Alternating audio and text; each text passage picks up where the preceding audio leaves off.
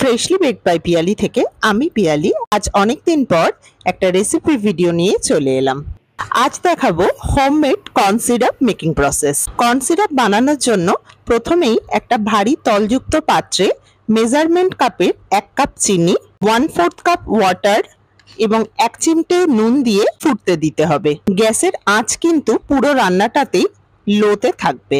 চিনি ফুটতে শুরু করলে হাফ লেবু স্লাইস করে এর মধ্যে দিয়ে দিতে হবে এবং চিনিটা ভালো করে গলে গেলে 1 টিস্পুন লেবুর রস মিশ্রণের মধ্যে যোগ করে ফুটতে দিতে হবে। সিরাপ গাঢ় হয়ে এলে আগের থেকে বাটিতে রাখা ঠান্ডা জলের মধ্যে সিরাপ দিয়ে চেক করে দেখে নিতে হবে যে সিরাপ ঘন ও চটচটে হয়ে গেছে কিনা। ঘন হলে নামিয়ে নিয়ে এয়ারটাইট কৌটোয় ভরে ফ্রিজে 1 মাস পর্যন্ত স্টোর করে রাখতে পারেন। ভিডিওটা ভালো লাগলে লাইক, শেয়ার এন্ড ফলো করতে ভুলবেন না।